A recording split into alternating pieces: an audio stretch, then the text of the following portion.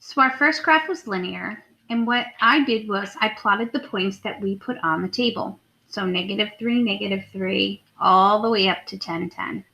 And because I know linear functions are straight lines, I'm going to take my straight edge and I'm going to create that straight line.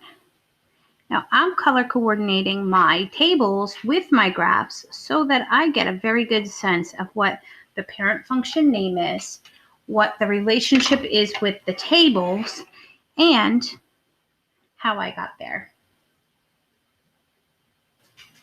Quadratic is our second graph, and I plotted the points that we had on the table. And what we should know about quadratics, because they're square terms, is that this resembles a U shape and extends up with arrows. Goes through the origin. This is your parent graph for quadratics. The third graph we have is a cubic.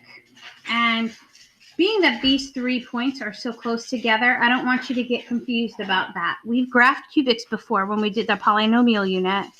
But this one starts off at -infinity, does a little S turn, and then comes up and points to +infinity. Remember that when you have odd power functions, their end behavior is opposite, whereas if you have even power functions, your end behaviors are the same. For absolute value, it's in the shape of 2 lines that converge at 0, 0. So you should have a straight ray that goes from 0, 0 and up toward the corner this way, and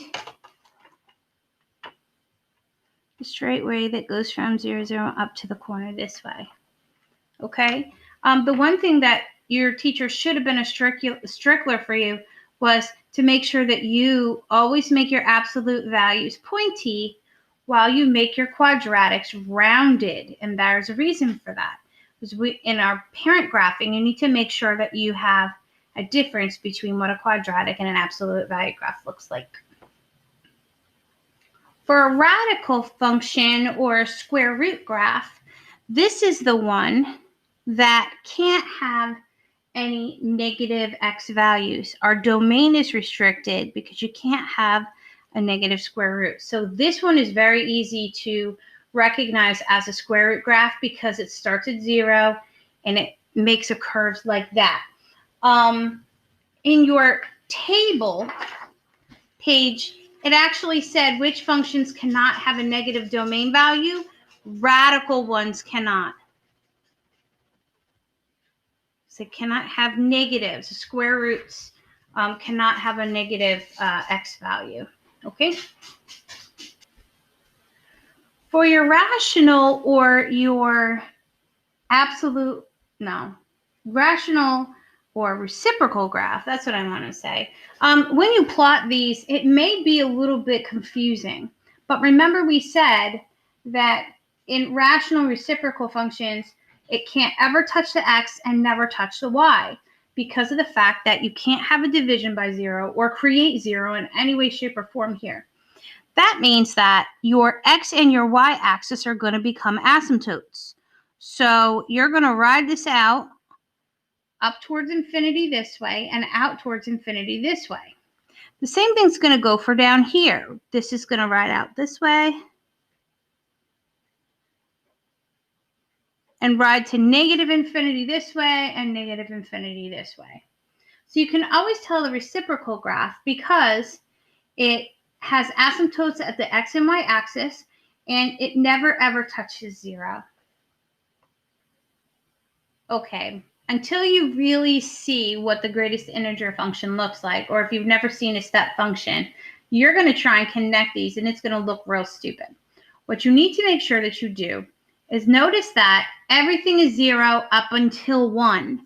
So we would take these values and leave an open circle at 1 because at 0.999999999, it's still going to be 0 there. Once you hit 1, it's going to jump up to 1, and it's going to be 1 all the way until you get to 1.9999999. So you need an open circle here, and then it jumps to 2. Once the 2 jumps, that's going to be 2 all the way through until you get to 3.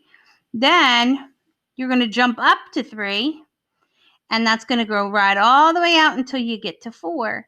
Then that one's going to be 4, and you're going to ride all that out until you get to 5. So you should have open circles on every whole number at 1, at 2, at 3, at 4, and at 5, because of the fact that these are going to stay them until you hit the next integer, and then you move up a step. So it's called the step functions because of that. They resemble steps. They're not totally connected.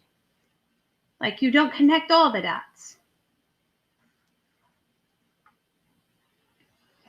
Our last graph, I kind of graphed it before I hit record, so I'm sorry about that. I got a little excited, and I'm probably glad I did that. This was just me. I was in the wrong box, and I double checked, and so I just put an X through it because that is not the coordinate. Okay, so as you see, this exponential, it has a major value at 0, 1, and then it explodes up. That's what exponentials do. They explode up, but they start off real slow in the beginning. So it almost looks linear because this is real flat.